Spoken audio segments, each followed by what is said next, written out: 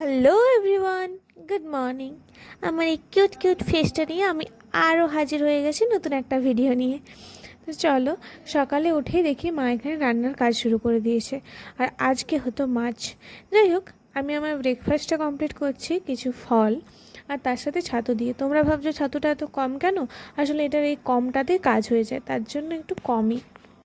তারপর এটার সাথে আরও অনেক রকম ফল ছিল, ডিম ছিল, এক্সট্রা দুধ ছিল, সেই কারণে একটু কমই নিয়েছিলাম ছাতুটা, নাহলে অনেকটা বেশি হয়ে যেত। এটাই আমার লিমিটের মধ্যে। তো যাই হোক, খাবারটা কমপ্লিট করার পর তারপর আমার ছিল কিছু অর্ডারস, সেগুলোকে কমপ্লিট করছিলাম। সেগুলো করতে করতে দুপুর হয়ে যায়। তারপর আমি চলে গেলাম ভাত খেতে। তো ভাতের ছিল এইগুলো মেনু। ভাত খাওয়ার পর আমি একটু ঘুমিয়ে গিয়েছিলাম।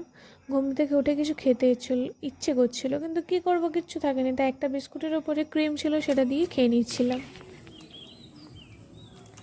এটা হলো বুড়া দাঁতের শক্তি। বর্তমানে দাঁতের কোনো শক্তি নাই কারো। এই সে যাই হোক, বাবার দাঁতের কিন্তু একটা আলাদাই শক্তি আছে। দাঁত দিয়ে সব দিনই আঁকগুলো ভেঙে দেয়। হ্যাঁ, আমিও পারি, কিন্তু আমি খুব একটা করতে চাই না। এই দেখো, বাপ কি বেটি, আমার কিছু কম। তারপর সন্ধে হতে আমি আর মা দুজনে চলে গিয়েছিলাম বাজারে কিছু জিনিস নেওয়ার জন্য। তো সেখানে গিয়ে আমি দাঁড়িয়েছিলাম আর মা যে যে জিনিসগুলো নেওয়ার হয় নিয়ে নিচ্ছিল। গেছিলাম কয়েকটা জিনিস নেওয়ার জন্য, তারপর দেখো এক ব্যাগ ভর্তি জিনিস হয়ে গেছে। আমি তো আনতে পারবো না, তাই মাকে দিয়ে দিলাম। আসার পর মা আমাকে মিষ্টি খেতে দিয়েছিল। হাত দিয়ে যদি খেতাম তাহলে তো আরও হাত ধুতে যেতে হতো। তাই এই নতুন টেকনিক, এইভাবে কারা কারা খাওয়া আমাকে অবশ্যই কমেন্ট করে জানিও।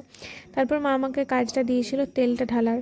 আগের দিন তো আমি উল্টেছিলাম, তোমরা দেখেছো আই থিঙ্ক সেই ভিডিওটা। যাই হোক, আজকে না উল্টিয়ে আমি ভালোভাবে করে নিয়েছি।